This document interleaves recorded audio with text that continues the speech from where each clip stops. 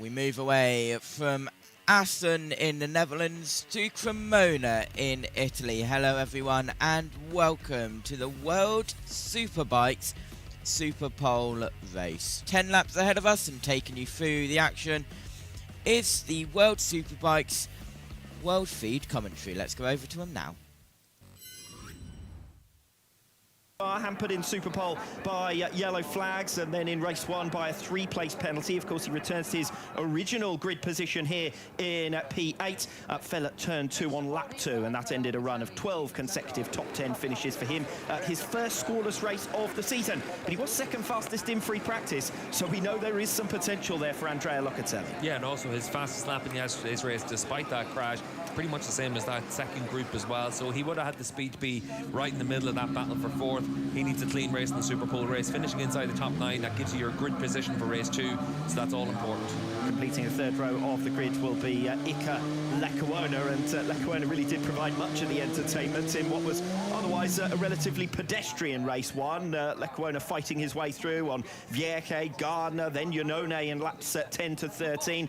Lecuona too, ultimately falling in his case at turn 3 on lap number 15. He says there was no damage done other than the lost points.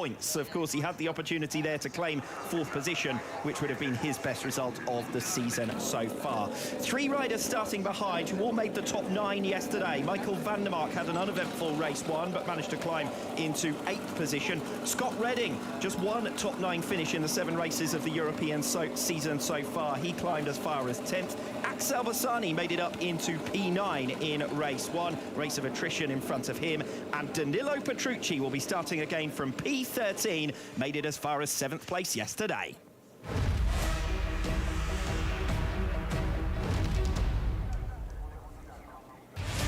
Ten races gone in the 2025 title race, and Toprak Razgatlioglu has the same number of wins, 4, and only 7 points less than he had when he led the championship at the same stage last season. The difference has been Nicolo Bulliger, already on 5 wins. It took him 34 races to get to that mark last year, and his latest success by almost 3 seconds proves that for now at least he has a margin in hand. Alex Raby and Steve English for the Tissot Superpole race. Steve, Bulliger's won 3 of the 4 circuits we visited in 2025. 3 rounds so far where he's run rings around his rivals. And although he doesn't have the points to show from the weekend in Assen, at the moment he is riding with the comfort of a champion-elect. Yeah, Toprak got his get-out-of-jail-free card last time around and didn't take full advantage of it. But this 10-lap Superpole race, this is his chance to take the fight to Bulliger. You'd expect Toprak and Bulliger to be the 2 leading contenders in this race, but a few other riders can get in the mix. The 10-lap Superpole race is always important for your weekend because it sets your grid positions for race 2. If you finish inside the points in the top 9, that's where you're going to start race 2. Here, overtaking is so difficult that it really will be critical to start in those front 3 rows of the grid. Brilliant race between Nicolo Bulliger and Toprak Razgatlioglu yesterday. I hope we see a resumption of that scrap, but the opening lap, Toprak was able to get through on Bulliger coming through turn 13. Bulliger passed Toprak back into turn 11 on lap 3. Toprak replied into turn 13. Bulliger had another go into turn 11 on lap 4, overcooked it, and Toprak was back through.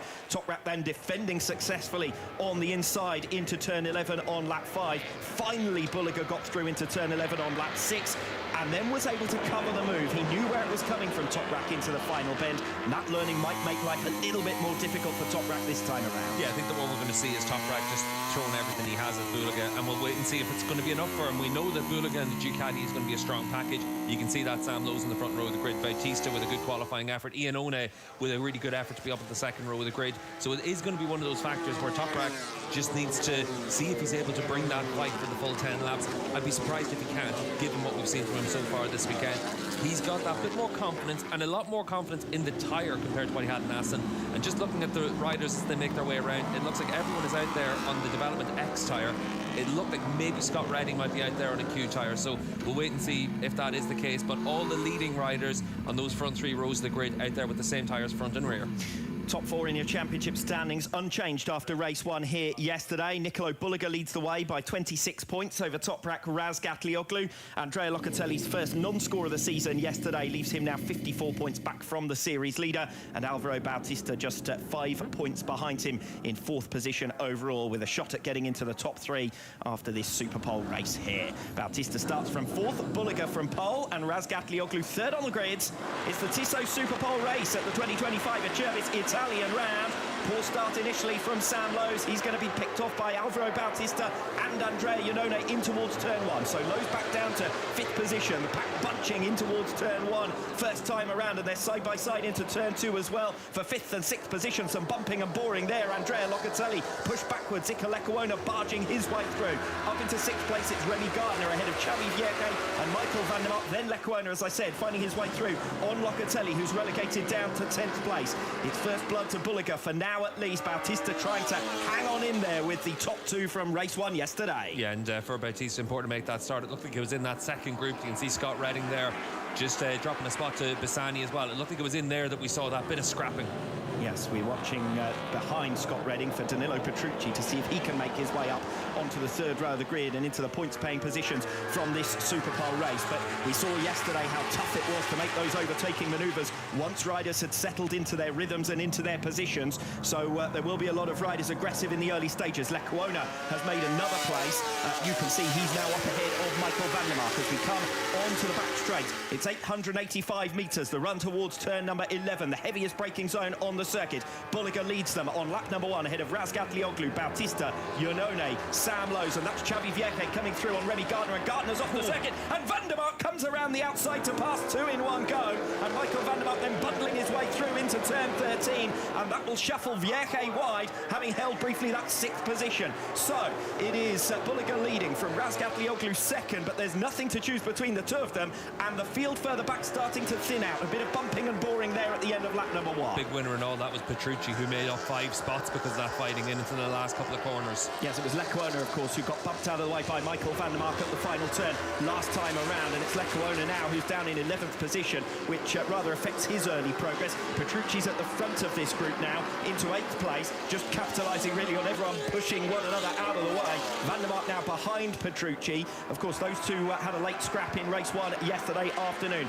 Redding in 9th, so just keeping a watching brief on those all-important scoring positions and places on the third row of the grid as well for race two this afternoon. Scott Redding with that Q tyre, you can see the purple markings on the outside shoulder of it. That's going to give him good traction out of turn 10. We'll see if that's enough to make a move. Sam Lowe's lining up a move here on Andrea Iannone, fourth position, takes the wider line through turns 8 and 9, gives him the opportunity, but then he runs deep on turn 10. Now he'll have the cutback and the drag race down the back straight and in towards turn 11 on lap number 2. Close as well at the head of the field between Bulliger and Razgatlioglu, but we're watching this race for fourth position. Sam Lowe's getting into a good rhythm now after an initially sluggish start. Yeah, just struggled off the line again, Sam, and good start again from the second row of the grid though for me and Iannone. That's 2 races he's done that. Yes, and Iannone was the man who bottled them all up yesterday. Won't be quite the same now over the 10-lap distance, but we are seeing a similar pattern begin to emerge. The top two already breaking away. 1.2 seconds, the gap behind Toprak Razgatlioglu to Alvaro Bautista in third. Yeah, the race leaders are gone now, so for Alvaro Bautista it's about holding on to that front row start on the podium here in the Superpole race.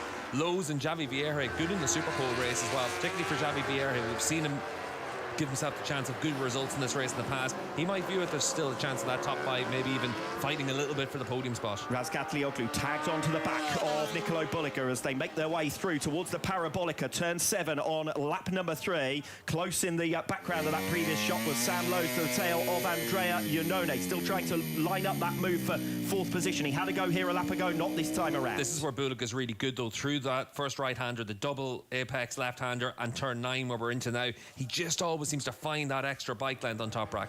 Razgatlioglu moving to the outside line. Lowe's again lining up the inside, but like a lap ago, can't quite find his way through there. But he's almost tiptoeing around Andrea Iannone now, tripping over him as they come through that double apex left-hander at turn 10, the Cremona corner. The battle for fourth position, just as it was yesterday, and a separate scrap at the head of the field. Bulliger versus Razgatlioglu. Yeah, Iannone though closing up onto the back of Bautista as well. He's pulled back a couple of tenths on this lap. Toprak a little wide there through turn 11, manages to gather it up in time for turn 12, but it put him beyond striking range in towards that crucial turn 13, where he made his 2 moves on Nicolo Bulliger yesterday, and it's cost him 0.3 of a second to Bulliger, the race leader. 2 laps in a row that we've seen that for Toprak into the end of the back straight. He's gone in that little bit too deep. Now, we have seen Sam Lowes feint his move around turns 8 and 9, a slightly different line to Iannone to try and have the inside for turn 10, and Sam Lowes is all over the back of Andrea Iannone here. Well, you'd said, Steve, it was a good start from Andrea Iannone. We're being informed that it was too good a start for Andrea Iannone, and a double long lap penalty. Certainly on the replay there, you don't see a huge amount, but... He moves ever so slightly and then he catches it again, but we'll see if he takes the long lap loop is just at this corner, so we'll see if he goes straight into it, and he does go take his first long lap. He needs to take both of these, and Aston, he didn't take both of them. Yeah, very costly for Andrea Iannone this, because not only did he have to cede track position to Sam Lowes in order to get onto the side of the circuit that he wanted, he's also been passed by Xavi Vierque. We'll see how much that costs him through the sector as we continue on through lap number 4, with Bulliger now leading Toprak Razgatlioglu by half a second.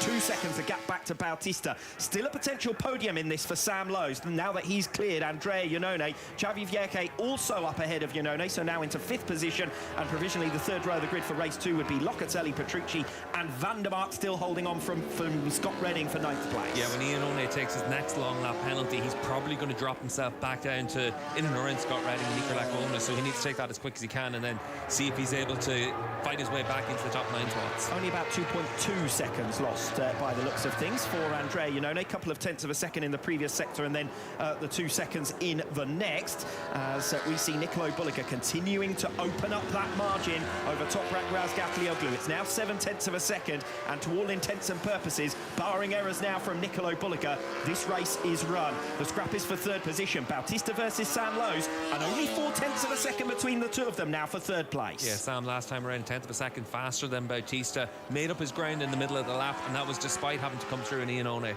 New lap record from Nicolo Bulliger last time around, a 1:27.980, beating Danilo Petrucci's fastest lap from the Superpole race here a year ago. That's why Bulliger has been able to open up that margin to Toprak Razgatlioglu, and the gap still increasing as Andrea Iannone takes the 2nd part of his double long lap penalty. He feeds out back into 9th position, just in front of Iker Lecuona, the recovering Iker Lecuona, after his efforts in the early stages. So Iannone with a lot of work to do. We saw what he was able to do in defence yesterday. Now we'll find out if he can attack.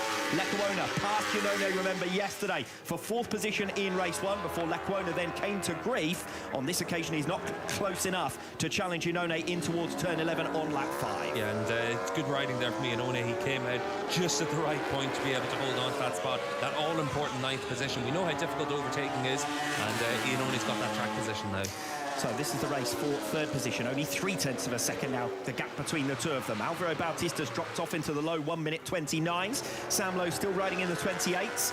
The leaders in the 28s, but Razgatlioglu significantly slower than Nicolo Bulliger again last lap around. That gap's now up at over a second. So your race is for 3rd place. Bautista versus Lowes for the final step on the podium in the 2nd half of this Superpole race. And you can see through turns 1 and 2 and then into 4 and 5 there, Sam just using a little bit more of the track in the number 14 bike, just using all the curb on the exit of those corners, so he's trying to just use as much of that track to carry that speed and give himself the chance to get himself ever closer to Bautista. Brilliant effort this from Sam, under the weather with illness, as you've already heard earlier on in the programme, as Michael van der Mark tries the change of direction, switch back against Danilo Petrucci, who's still holding firm in 7th place, but Petrucci again not looking anywhere near as convincing as he was here in Cremona a year ago. Yeah, it's just been a tough weekend for him. He qualified on the 5th row of the grid. He's done well to get himself up into those top 9 spots on the opening lap, but it's been a tricky one for him.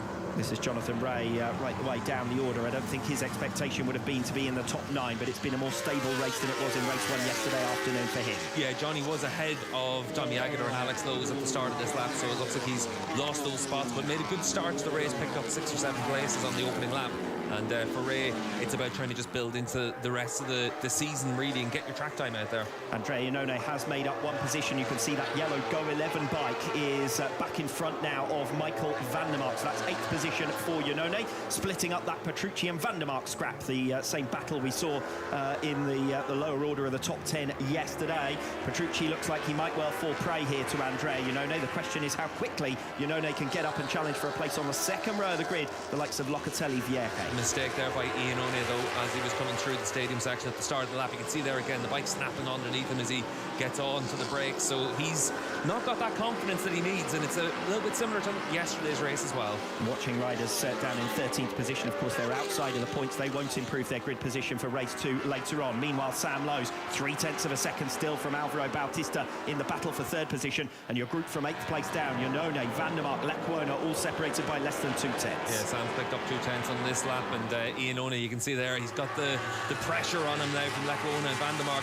Lecuona can still finish inside the top 9 here, and Iannone could well find himself outside those 9 positions. Yeah, Vandermark also potentially vulnerable. Iannone doing well to get back up into 8th position after serving his double long lap penalty. Very different type of race for him than it was yesterday. So we see Sam Lowe still trying to close down Alvaro Bautista. Bautista's pace has levelled off, and it's close between the two of them. This is Danilo Petrucci. He's now through on Andrea Locatelli. So Locatelli losing a lot of ground all in a short space of time, and I wonder whether there might have been an error from Locatelli to put Petrucci right in his way. But that will move Danilo Petrucci up into 6th position, puts another bike between himself and the closing Andrea Iannone. Yeah, he lost a few tenths of a second in that 3rd sector, so maybe into somewhere like turn 10 he's gone in a little bit wide, and it's opened the draw for Petrucci. But Danilo's done a good job of just picking riders off when opportunities have presented themselves today. And this is what he needs to do in the context of race 2, of course. As soon as he qualified down in 13th position, we knew that he was out of rostrum contention for race 1 and the Superpole race. But if he can get up onto the second row of the grid, as looks likely here, then there is every chance of him making further progress. Yeah, you give yourself that opportunity, and that's what Petrucci is very good at doing, is just making sure that he avoids those mistakes on some of the tough days like this, and he's just keeping himself out of trouble, really. As we wait to see when defensive Iannone was there, like he just held the middle of the road and left Vandermark with nowhere to go. Yeah, absolutely. Iannone making sure that there was no way through, inside or out, for Michael Vandermark as he fends him off for 8th position. Vandermark still on the tail of Iannone, but his life is about to get a little bit more difficult as well, because Iker Lecuona senses the opportunity to take the final points-paying position, and he's got his move done on the exit of the Cremona corner. Vandermark now with the slipstream will try to make the run in towards turn 11. He does have the upper hand with the inside ground, but Lecuona braking hard and deep, and Vandermark has to work very hard to come through.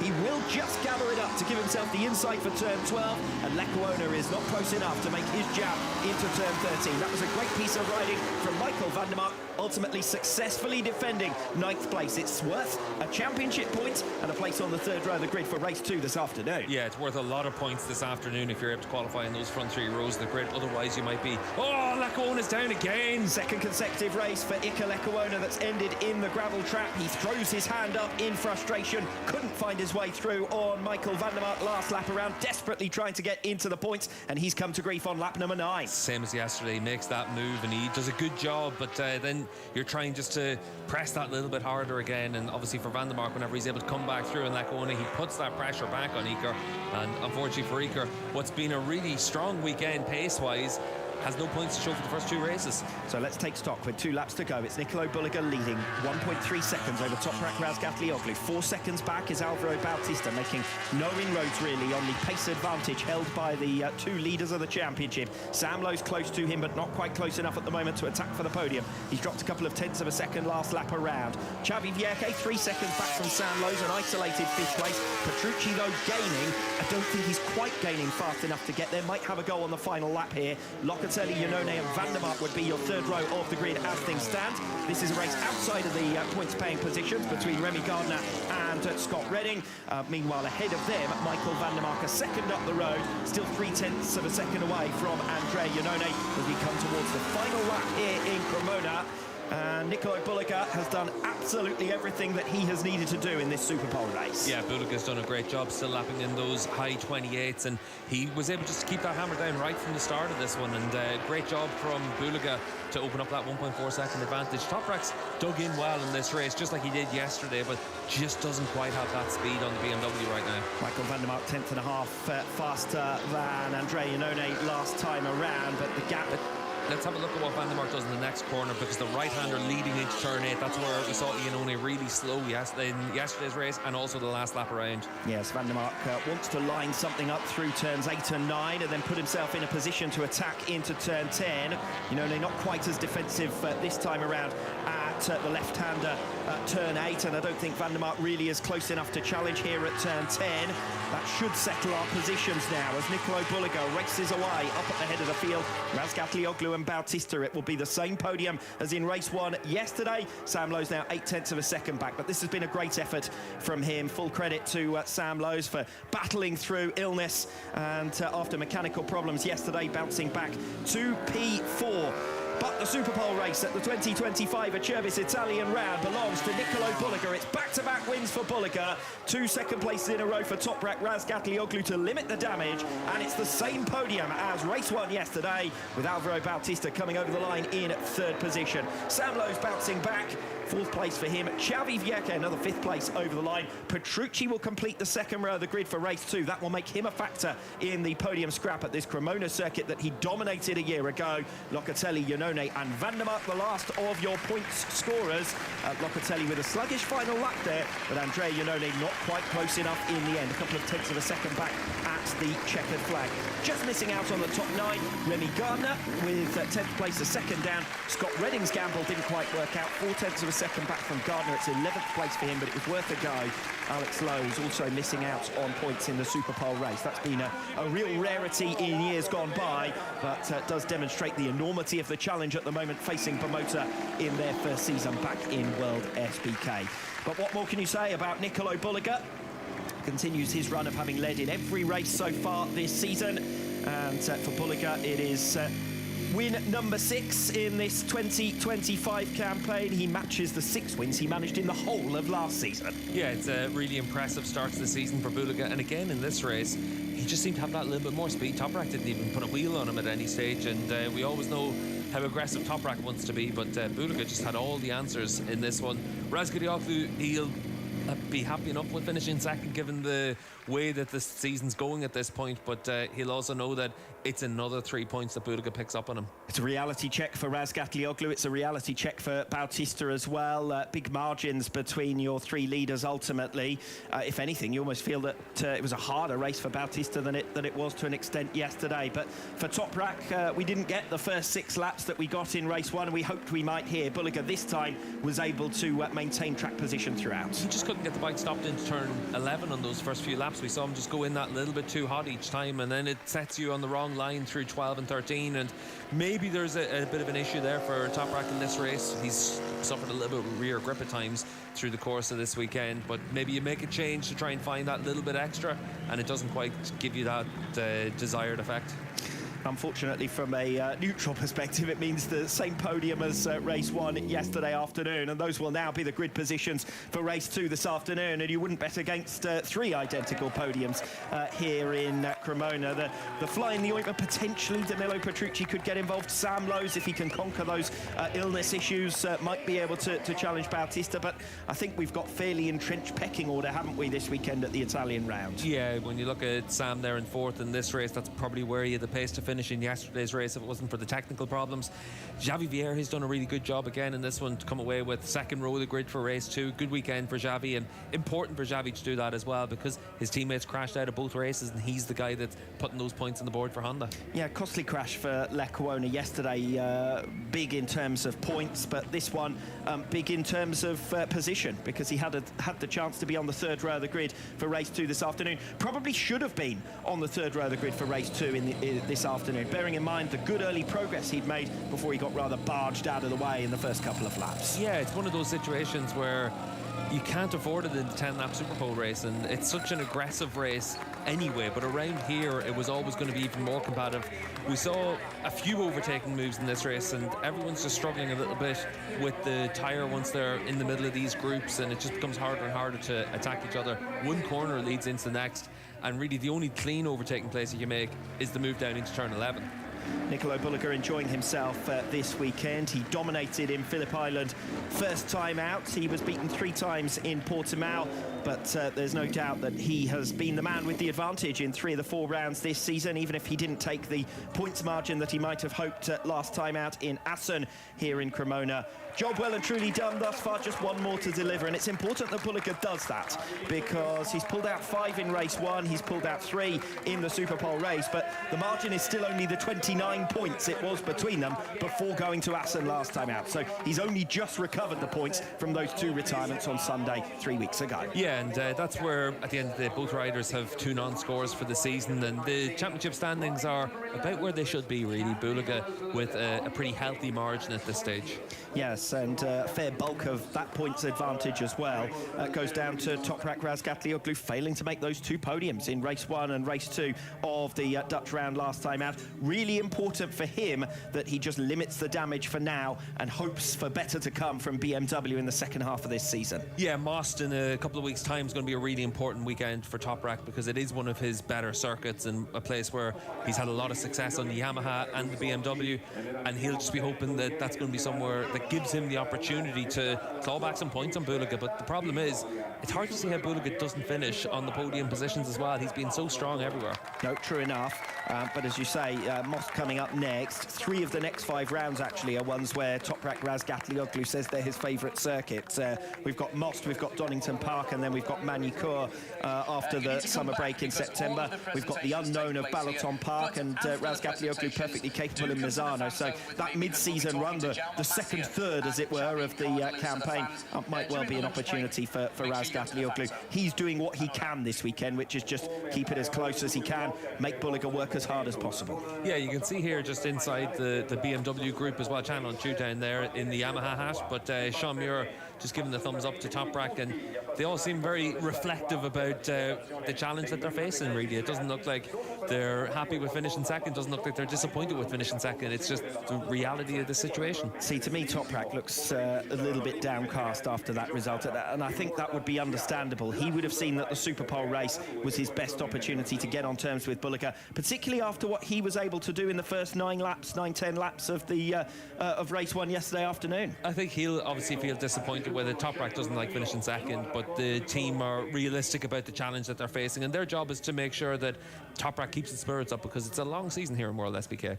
So before we hear from your top 3, quick look at the Superpole race result. Nicolo Bulliger, your winner by 1.4 seconds over Toprak Razgatlioglu. Alvaro Bautista in a distant third, but holds on ahead of Sam Lowes. Xavi Vierque rounding out your top 5. Petrucci completes the second row of the grid for race 2 this afternoon. Locatelli, Iannone and Vandermark completing your scorers. It's a 4th consecutive podium for Alvaro Bautista, and once again a 3rd position for the double former world champion.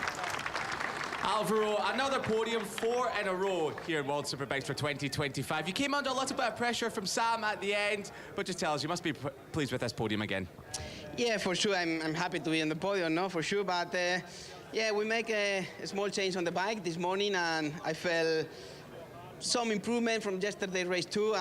We keep for Superpole, and yeah, the bike for sure was a bit better, no, but still not enough to go with Toprak and Nicolo. They have a really incredible pace. Yeah, we have to defend the podium. Sam was doing a really good job in a Superpole race. So yeah, I'm happy. We have a good position for race 2, and we will try to keep enjoying like this. Congratulations, all the best for race 2. Thank you. That's it. Go.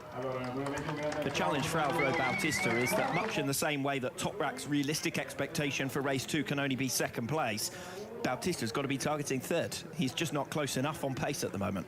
Yeah, he doesn't have that speed that he needs, and even in the second half of races, the tyres are now so consistent that the benefit that he's had in the past isn't really there for him. And for Alvaro, he's just the best of the rest right now, and that's the way that the championship is going to reflect things over the next few rounds as well. But good ride by him. Again, another podium, and he's up on the front row for race 2. Yeah, I completely agree with you about his former tyre advantage. It gets to the second half of the race and he can match the pace, but he can't better it by enough to close in. 2nd place once again for Toprak Razgatlioglu, and if anything, a more disappointing race this morning than it was yesterday afternoon.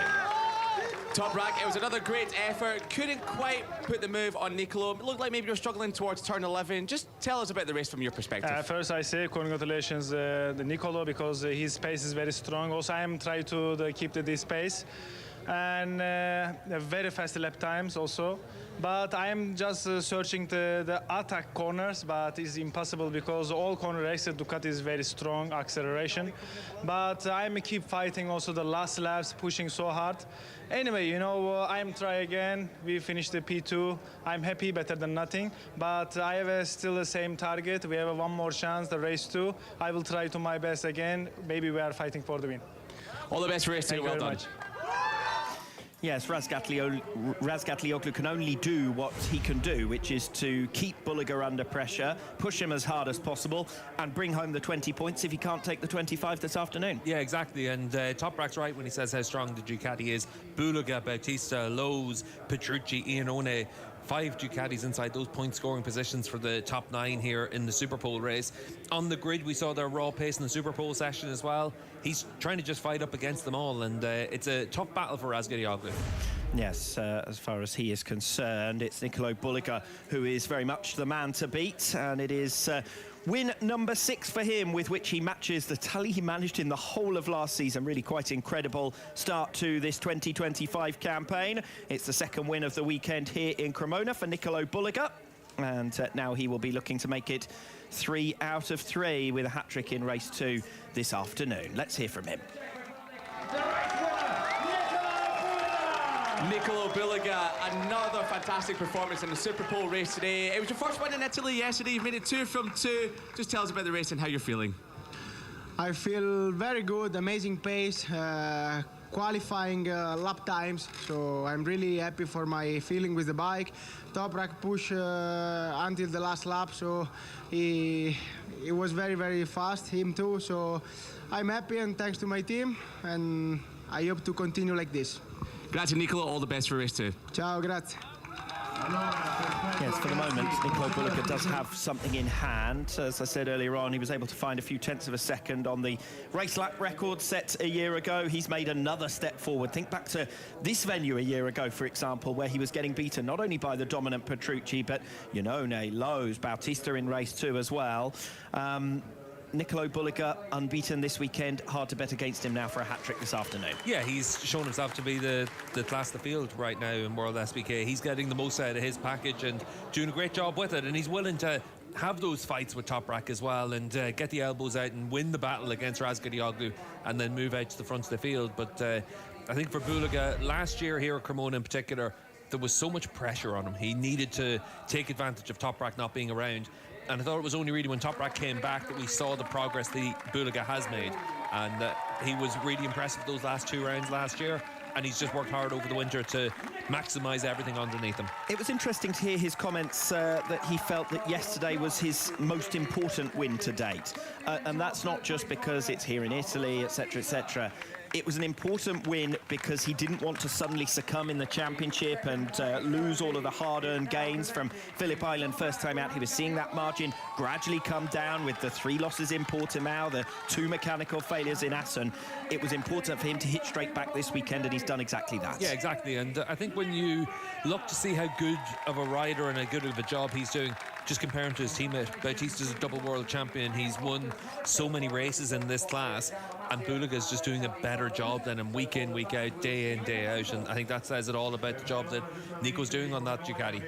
So let's take a look at your Superpole race results here in Cremona and remind you of those top 9 grid positions for race 2 this afternoon. Nicolo Bulliger, your Superpole race winner by 1.5 seconds in the end over Toprak Razgatlioglu, gains 3 points on him in the championship. Alvaro Bautista, 4th consecutive podium for him. It's another 3rd place though, ahead of Sam Lowe's. Battling performance from Lowe's this morning. We'll see what his fitness is like for the full-length race this afternoon. Xavi Vieque matching his best result of the season, P5. Petrucci, the best we've seen from him this weekend, climbs from 13th to 6th and a place on the second row of the grid for race 2 this afternoon. Locatelli, Iannone and Van der Mark complete the scorers, and they will be on row 3 for the final race of the weekend. Championship standings, Nicolo Bulliger gains 3 points over Toprak Razgatlioglu. He's now 29 points clear. Andrea Locatelli coming home in 7th position with Alvaro Bautista in 3rd, means there's now just 1 point between the two of them. No changes in the top 10 places. Petrucci gaining another couple of points over Andrea Iannone in the battle for top independence. Sam Lowes also ultimately closing on Iannone with his 4th place finish there. Look at the Manufacturers' Championship. Your race winner for Ducati, Nicolo Bulliger. Top BMW, Toprak Razgatlioglu in 2nd place. Locatelli, your top Yamaha in 7th. And your top Honda, Xavi Vierque in P5. Tissot Superpole Awards, and Nicolo Bulliger picks up another 12 points there. Toprak Razgatlioglu with 9. Alvaro Bautista making a couple of points gain on Sam Lowes, who sits 3rd in the Superpole Awards.